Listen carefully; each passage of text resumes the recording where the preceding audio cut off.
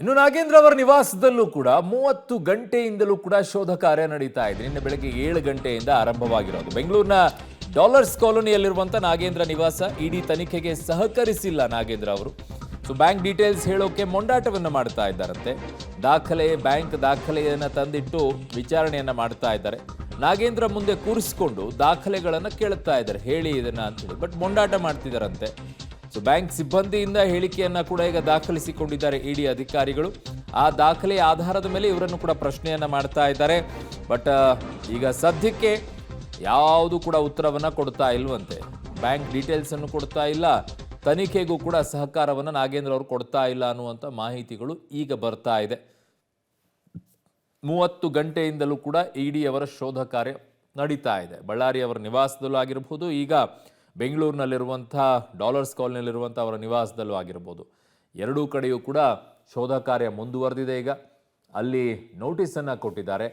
ಇಲ್ಲಿ ನಾಗೇಂದ್ರ ಅವರ ವಿಚಾರದಲ್ಲೇ ಈಗ ಶೋಧ ಕಾರ್ಯವನ್ನು ಮಾಡ್ತಾ ಇದ್ದಾರೆ. ಬಟ್ ಸಹಕಾರವನ್ನು ಕೊಡಬೇಕು. ನಂದೇನು ಪಾತ್ರ ಇಲ್ಲ, ನನಗೇನೂ ಗೊತ್ತಿಲ್ಲ ಅನ್ನುವಂಥದ್ದಾದರೆ ಹೇಳೋಕ್ಕೇನು, ಬ್ಯಾಂಕ್ ಡೀಟೇಲ್ಸ್ಗಳನ್ನು ಕೊಡೋಕ್ಕೇನು, ಬ್ಯಾಂಕ್ ಮಾಹಿತಿಗಳನ್ನು ಎಲ್ಲವನ್ನ ಕೂಡ ಹೇಳೋಕ್ಕೆ ಕಷ್ಟ ಏನು, ಕ್ಲೀನ್ ಆಗಿದ್ದೀನಿ ಅನ್ನೋದ್ರ ಭಯ ಯಾಕೆ ವಿಚಾರದಲ್ಲಿ? ನಾಗೇಂದ್ರ ಅವರ ವಿಚಾರ ಒಂದು ಕಡೆಗೆ ಆದರೆ, ಇನ್ನೊಂದು ಕಡೆಗೆ ದದ್ದಲ್ ಅವರ ವಿಚಾರ ಇನ್ನೊಂದು ಕಡೆಗೆ. ನಿಗಮದ ಅಧ್ಯಕ್ಷರು ಇಲ್ಲಿಯವರೆಗೂ ಕೂಡ ರಾಜೀನಾಮೆ ಕೊಟ್ಟಿಲ್ಲ. ಈ ಸರ್ಕಾರದ ಬಗ್ಗೆ ಒಂದು ಅನುಮಾನ ಮೂಡುತ್ತಾ ಇದೆ ಇವರ ವಿಚಾರದಲ್ಲಿ. ವಾಲ್ಮೀಕಿ ನಿಗಮದ ಅಧ್ಯಕ್ಷರಾಗಿರುವಂತಹ ದದ್ದಲ್ ಅವರ ವಿಚಾರಣೆ ಮುಂದುವರಿತಾ ಇದೆ. ಯಲಹಂಕದ ಶ್ರೀನಿವಾಸಪುರದ ವಿಲ್ಲಾದಲ್ಲಿರುವಂತಹ ದದ್ದಲ್ ಅವರು ವಿಚಾರಣೆಗೆ ಸರಿಯಾಗಿ ಸಹಕರಿಸ್ತಾ ಇಲ್ವಂತೆ. ಇವರು ಕೂಡ ಶಾಸಕರು ಹಣ ವರ್ಗಾವಣೆಯ ಬಗ್ಗೆ PA ಪಂಪಣ್ಣ ಕಡೆಗೆ ದದ್ದಲ್ ಬೊಟ್ಟು ಮಾಡ್ತಾ ಇದ್ದಾರಂತೆ.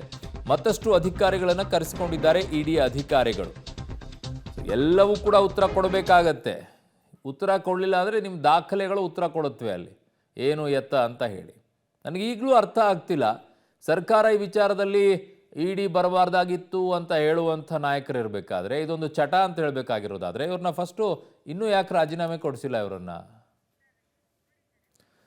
ನನ್ನ ಸಹೋದ್ಯೋಗಿ ಕ್ರೈಮ್ ಬ್ಯೂರೋ ಹೆಡ್ ಆಗಿರುವಂಥ ಮುರಳಿ ನನ್ನ ಸಂಪರ್ಕಕ್ಕೆ ಸಿಗ್ತಾ ಇದ್ದಾರೆ. ಮುರಳಿ, ಈಗ ಕಳೆದ 30 ಗಂಟೆಯಿಂದಲೂ ಕೂಡ ನಾಗೇಂದ್ರ ಅವರ ಮನೆಯಲ್ಲಿ ಶೋಧ ಕಾರ್ಯವನ್ನು ಮಾಡ್ತಾ ಇದ್ದಾರೆ. ಬಟ್ ಏನೂ ಸಿಗ್ತಾ ಇಲ್ಲ, ಅವ್ರು ಯಾವುದಕ್ಕೂ ಕೂಡ ಸಹಕರಿಸ್ತಾ ಇಲ್ಲ ಅಂತಿದ್ರೆ.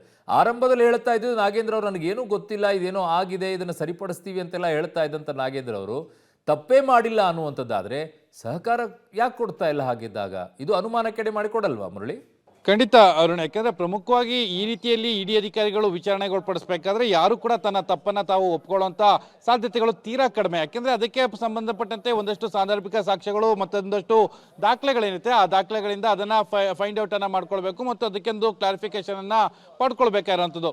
ಅದೇ ರೀತಿಯ ಪ್ರಯತ್ನಗಳನ್ನ ಇಡಿ ಅಧಿಕಾರಿಗಳು ಕೂಡ ಮಾಡ್ತಾ ಇದ್ದಾರೆ. ಅಂದ್ರೆ ನಿನ್ನೆ ಮತ್ತಿಕೆರೆಯ ICC ಬ್ಯಾಂಕ್ ಬ್ರಾಂಚ್ ಏನಿತ್ತು ಅಲ್ಲಿಗೆ ಒಂದು ದಾಳಿಯನ್ನ ಮಾಡಿದ್ರು. ಅಲ್ಲಿ ನಾಗೇಂದ್ರ ಮತ್ತು ಅವರ ಕುಟುಂಬಕ್ಕೆ ಸಂಬಂಧಪಟ್ಟಂತ ಒಂದಷ್ಟು ದಾಖಲಾತಿಗಳಿತ್ತು. ಆ ದಾಖಲಾತಿಗಳನ್ನ ತಮ್ಮ ವಶಕ್ಕೆ ಪಡೆದುಕೊಳ್ತಾರೆ. ವಶಕ್ಕೆ ಪಡೆದುಕೊಂಡು ಅದರ ಬಗ್ಗೆ ಒಂದಷ್ಟು ಹೇಳಿಕೆಗಳನ್ನ ಪಡ್ಕೊಳ್ಳೋ ಒಂದು ಪ್ರಯತ್ನ ಮಾಡ್ತಾ ಇರ್ತಾರೆ. ಪ್ರಯತ್ನ ಮಾಡೋ ಸಂದರ್ಭದಲ್ಲಿ ನಾಗೇಂದ್ರ ಅವರು ಅದಕ್ಕೆ ಯಾವುದೇ ರೀತಿಯ ಸ್ಪಷ್ಟನೆಯನ್ನು ಕೂಡ ಕೊಡಲ್ಲ. ಯಾಕೆಂದ್ರೆ ಇದಕ್ಕೂ ನನಗೂ ಯಾವುದೇ ರೀತಿಯ ಸಂಬಂಧ ಇಲ್ಲ ಅಂತೇಳಿ. ಯಾಕೆಂದ್ರೆ ಹರೀಶ್ ಏನಿದೆ PA ಆತನಿಗೆ 1.45 ಕೋಟಿ ಹಣವನ್ನ ಕೊಟ್ಟಿದ್ದೀನಿ ಅಂತೇಳಿ ಸತ್ಯನಾರಾಯಣ ವರ್ಮಾ ಒಂದು ಹೇಳಿಕೆಯನ್ನು ಕೊಟ್ಟಿದ್ರು. ಆ ಹಿನ್ನೆಲೆಯಲ್ಲಿ ಅದಕ್ಕೆ ಪೂರಕವಾದ ದಾಖಲೆಗಳನ್ನ ಕೇಳಿದ ಸಂದರ್ಭದಲ್ಲಿ ಅದಕ್ಕೆ ಉತ್ತರವನ್ನು ಕೊಡ್ತಿರ್ಲಿಲ್ಲ. ಆ ಹಿನ್ನೆಲೆಯಲ್ಲಿ ಇವತ್ತು ಬೆಳಗ್ಗೆ ICC ಬ್ಯಾಂಕ್ನ ಬ್ರಾಂಚ್ನ ಅಧಿಕಾರಿಗಳೇನಿದ್ರು ಅವ್ರನ್ನೆಲ್ಲರೂ ಕೂಡ ಕರ್ಕೊಂಡು ಬಂದು ಇವತ್ತು ಅವರ ಮುಂದೆಯೇ ಹೇಳಿಕೆಗಳನ್ನ ಪಡ್ಕೊಳ್ಳುವಂಥ ಪ್ರಯತ್ನಗಳನ್ನ ಮಾಡ್ತಾ ಇರೋಂಥದ್ದು. ಯಾಕೆಂದ್ರೆ ಎಲ್ಲಿಂದ ಹಣ ಬಂತು, ಯಾರು ಕೊಟ್ಟಿದ್ದು ಮತ್ತು ಯಾವ ಮೂಲಕ ನೀವು ಹಣವನ್ನ ಟ್ರಾನ್ಸಾಕ್ಟ್ ಅನ್ನ ಮಾಡಿದ್ರಿ, ಇದೆಲ್ಲದ್ರ ಬಗ್ಗೆ ಕೂಡ ಸಂಪೂರ್ಣವಾಗಿ ಮಾಹಿತಿಗಳನ್ನ ಕಲೆ ಹಾಕುವ ಒಂದು ಪ್ರಯತ್ನಗಳನ್ನ ಇಡಿ ಅಧಿಕಾರಿಗಳು ಮಾಡ್ತಾ ಇರೋಂಥದ್ದು. ಅರುಣ್. ಓಕೆ ಮುರಳೀಧರ್, ನಿಮ್ಮೆಲ್ಲ ಮಾಹಿತಿಗೆ ಧನ್ಯವಾದಗಳು.